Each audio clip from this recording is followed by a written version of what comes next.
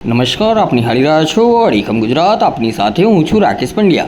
મહીસાગર જિલ્લામાં વિકાસ સપ્તાહની ઉજવણીના ભાગરૂપે લુણાવાડા MGVCL વિભાગીય કચેરી દ્વારા સંતરામપુર ટાઉન હોલ ખાતે આદિજાતિ વિકાસ, પ્રાથમિક, માધ્યમિક અને પ્રૌઢ શિક્ષણ મંત્રી ડૉક્ટર કુબેરભાઈ ડિંડોરની અધ્યક્ષતામાં સૌર ઉર્જા વિકાસ કાર્યક્રમ યોજાયો. આ કાર્યક્રમમાં મંત્રી ડૉક્ટર ડિંડોરે આ પ્રસંગે જણાવ્યું કે સૌર ઉર્જા એ માત્ર વીજળીનો સ્ત્રોત નથી, પરંતુ તે વડાપ્રધાન નરેન્દ્ર મોદીના નેતૃત્વ હેઠળ આત્મનિર્ભર ભારત અને સ્વચ્છ ભારત તરફનું એક મહત્ત્વનું પગલું છે, જે ગામડાથી લઈને શહેરો સુધીના ભવિષ્યને ઉજ્જવળ બનાવવાનો પ્રયાસ છે.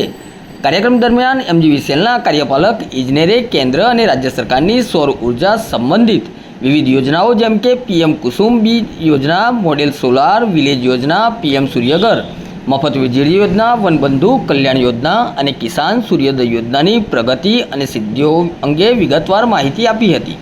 ઉપસ્થિત લાભાર્થીઓ અને નાગરિકોને યોજનાના મહત્વ વિશે માહિતગાર કર્યા હતા. આ પ્રસંગે જિલ્લા પંચાયત પ્રમુખ વાઉએ પટેલ, જિલ્લા કલેક્ટર અર્પિત સાગર, જિલ્લા વિકાસ અધિકારી યુવરાજ સિદ્ધાર્થ, જિલ્લા ભાજપ પ્રમુખ દશરથભાઈ બારિયા, MGVCLના અધિકારીઓ, પદાધિકારીઓ અને વિવિધ યોજનાના લાભાર્થીઓ મોટી સંખ્યામાં ઉપસ્થિત રહ્યા હતા.